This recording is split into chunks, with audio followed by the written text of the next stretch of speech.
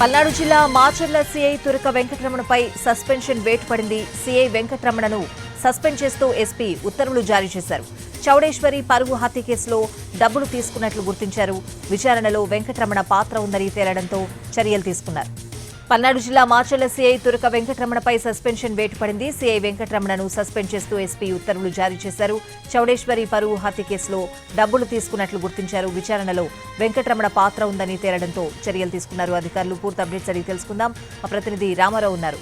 రామారావు, స్వాతి, పల్నాడు జిల్లాలో సంచలనం సృష్టించిన చౌడేశ్వరి హత్య కేసులో ఇప్పటికే తండ్రి అలాగనే కుటుంబ సభ్యులను పోలీసులు అరెస్టు చేయడం జరిగింది. అయితే ఈ కేసులో ప్రధానంగా చౌడేశ్వరి పరువు హత్యకు కారణమైనటువంటి మాచర్ల టౌన్ సిఐ వెంకటరమణను సస్పెండ్ చేస్తూ ఎస్పీ కృష్ణారావు ఆదేశాలు జారీ చేశారు. అయితే ఇక్కడ చూసుకున్నట్లయితే మాచర్లకు చెందిన చౌడేశ్వరి, జమ్మలమడకు చెందిన నాగరాజు ఇద్దరు కూడా మేజర్లు ప్రేమించి పెళ్లి చేసుకున్నారు.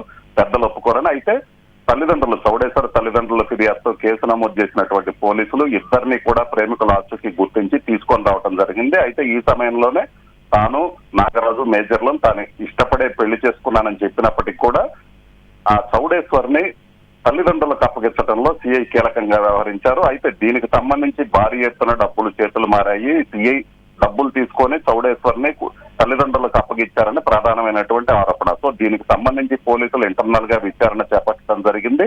ఈ కేసుకు సంబంధించి చౌడేశ్వరి తండ్రి చంద్రసీన్ ని పోలీసులు ఆ కుటుంబ సభ్యులను అదుపులోకి తీసుకొని విచారించిన సమయంలోనే ఈ విషయం వెలుగులోకి వచ్చింది.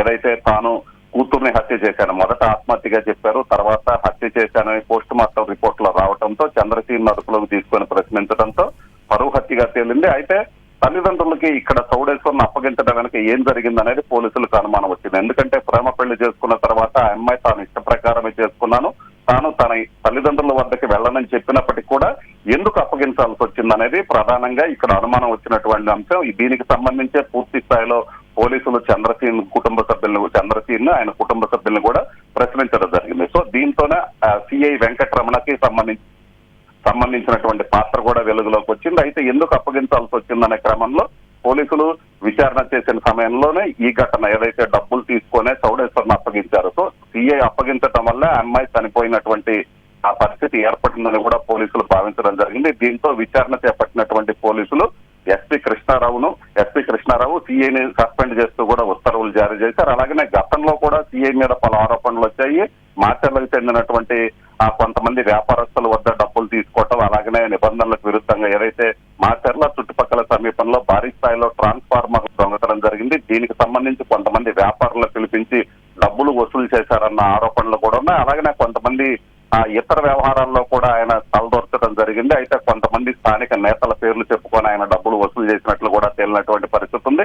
ఇలాగ ఈ విచారణలో మొత్తం సిఐకి సంబంధించినటువంటి అవినీతి కావచ్చు, అలాగనే చౌడేశ్వరి ఘటనలో ఆయన పాత్ర మీద కూడా పోలీసులు పూర్తిగా స్పష్టత వచ్చిన తర్వాతనే ఎస్పీ కృష్ణారావు సిఐ వెంకటరమణను సస్పెండ్ చేస్తూ ఉత్తర్వులు జారీ చేశారు. స్వాతి.